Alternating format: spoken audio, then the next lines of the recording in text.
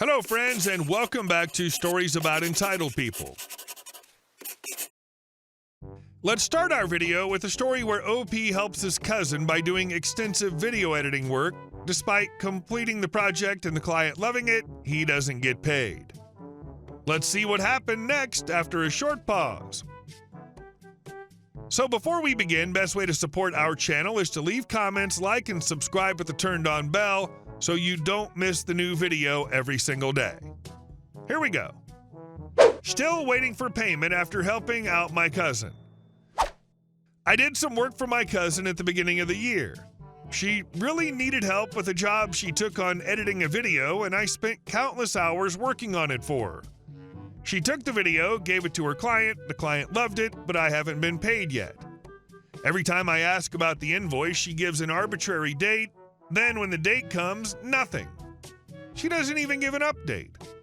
She claims she has no money, yet she has a staff job, owns her own business, has other contractors she's paid, and recently came back from a vacation. She's also currently upset at me because I called her out not doing her job. We work together for another company. One day we had this exchange through text.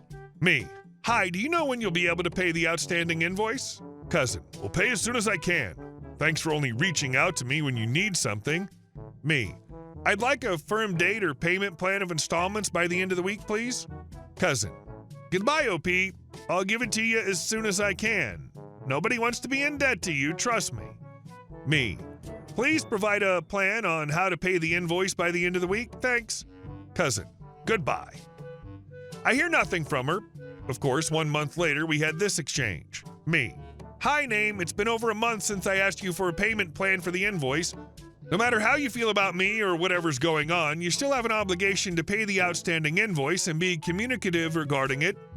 I'm asking again, when will the invoice be paid, or when do you plan on beginning on making payments? Please let me know ASAP. Hope you're well." She never responded, even though I sent a text the next day to follow up. I start getting upset, and 7 days later I sent me, following up again, "Please let me know what you plan to do. I don't care if you don't like me or whatever, but you can't just ignore me because you don't want to pay." Cousin: "OP, the fact that you think I don't want to pay you because you think I don't like you is hilarious and disappointing. I wish I had the money to pay you and will get it to you as soon as I can. You absolutely do not have to remind me. You've disappointed me enough. When I get the money, I promise I'll pay you." To which I responded, "I've texted you about this for months and you stopped responding after telling me no one's to be indebted to me. Pay me then. I'm tired of you pretending you're in the right here. I did a job for you in March and you've promised many times to pay, and now you don't even try to pay anything?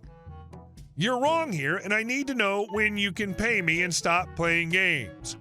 She's not responded. I feel she's taking advantage of me and the fact that she's mad at me to not pay. I'm tired of this and I want my money, and I feel like the only way to teach her a lesson is to sue her in small claims court. But she's family and I wonder if I'd be a jerk doing so. Update: I texted her, found out she blocked me, and emailed her this. Me: "Hi, Name. It's been over 233 days since the initial invoice was due. It's been almost 60 days since my request to pay in full or provide a payment plan. I don't want to have to contact an attorney over this, but I'm going to do so if this invoice isn't paid by the end of the week."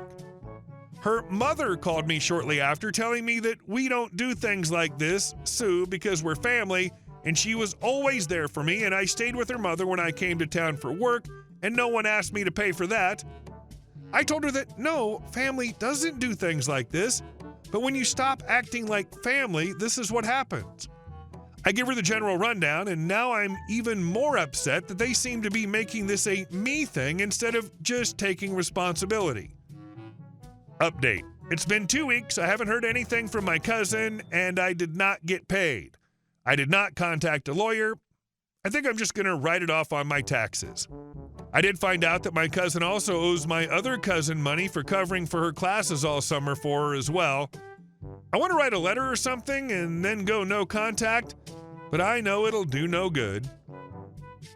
Sorry for you, OP. No one will ever screw you over as badly as family. And our second story. Male Karen threw a handful of coins at me at McDonald's. This story happened when I was 20 and worked in a McDonald's while studying at university. I was shy and inexperienced of human nature, and it was my first job in the restaurant industry. McDonald's probably was a bold choice for a girl like that, but despite the humiliation and suffering, I'm glad I chose it because it made me tough. One day on my second week of working there, I finished my shift at 10 p.m. In my country, most companies paid their workers that day, so everyone paid in cash with big banknotes, so in the last hour of my shift, I was struggling with giving back the change. My cash register mostly consisted of $50 and $100 notes, or 1, 5, 10, 25 cents, and of course everyone rushed to spend their hard-earned money on McDonald's. A guy in his late 30s or early 40s with a full business attire walked in around 9:50 p.m. He only asked for that small ice cream in a cone. It was $1 when this happened, and he paid with a banknote, which is worth around $50 here. I asked him politely if he had a smaller banknote. He replied with a simple no. Until that point, there was nothing about him that screamed Karen. I could give him back $40 in banknotes. I told him I could only give him back the last $9 in coins since there were no banknotes left in my cash reg. He let out a very annoyed and rude reply, but I thought it was directed at the situation and not me. I started counting the $9 to him in cents. I could only give him back the last dollar in 5 and 10 cents. I accidentally gave him 95 cents. I didn't realize it until he said, "This is just $8.95. I immediately replied, "I'm very sorry. I gave him the last 5 cents. I thought that was the end of it." That's when he started screaming from his lungs with a bright red face. "Did you really think you could get away with stealing from me? You are not going to take away my money." I looked up shocked, trying to process what was happening. He was screaming so loud that the whole McDonald's went silent and they were all staring at us. I told him, "I'm sorry, it was not intentional. I just miscalculated the coins." He continued screaming, "You are not going to scam me. What the F are these coins? Give me banknotes." And he threw all the coins from his grip at me. I stood there humiliated, intimidated, 50 people staring at me. I could only say, "I don't have banknotes." He replied, "IDGAF, what you have? Give me banknotes from somewhere." That's when the manager arrived to my station. He was the good guy manager, thankfully. He took over the situation, gave him his change, and firmly told him that cashiers cannot leave their station and can only handle the money that's in their register, and it's very unlikely someone would steal 5 cents. He dropped his brave, screaming attitude now that the manager wasn't a 20-year-old girl and left. Before the incident, the only conflict I had was when my mom was mad at me for not tidying my room, so that was a lot for sure. I remember I walked home crying and shaking. Never saw him again after that. And our last story. The Walmart Karen in the parking lot. Yesterday I had quite an encounter at the local Walmart in my town. Due to deterioration in my knee, I walk with a cane and have a handicap placard displayed in my car. I parked in one of the designated handicap spots near the entrance. As I was getting out of my car, I heard an irritated voice behind me. "You need to move. You're in my spot," a woman shouted. I turned around to see a disgruntled-looking lady glaring at me from her car in the driving lane. She looked impatient, her fingers drumming on the steering wheel. Deciding it was best to ignore her, I began walking toward the store entrance, but she wasn't done. "Get out of my spot. You're just pretending to be disabled. I'm calling the cops," she yelled after me. I felt a surge of frustration. It's one thing to have a bad day, but accusing someone of faking a disability is crossing the line. I turned back to her and said firmly, "Go ahead and call them. They'll check the placard and see it's registered to me. Now run the car tags, also registered to me. Now please leave me alone."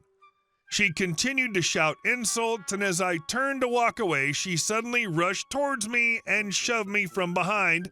Caught off guard, I stumbled forward and nearly lost my balance, but managed to steady myself with my cane. "What's your problem?" I exclaimed, turning to face her. "You think you can just ignore me?" she spat back, her face flushed with anger. At this point, a passerby who witnessed the incident intervened. "Hey, you can't just assault someone like that," he said, stepping between us. "Mind your own business," she snapped at him. "I'm calling the police," I said, pulling out my phone. Fine, go ahead, she retorted. You're the one parking illegally. Within a few minutes, a police car arrived. The officer stepped out and approached us. What's going on here? He asked. Before I could speak, the woman started her tirade. This person's faking a disability and stole my parking spot.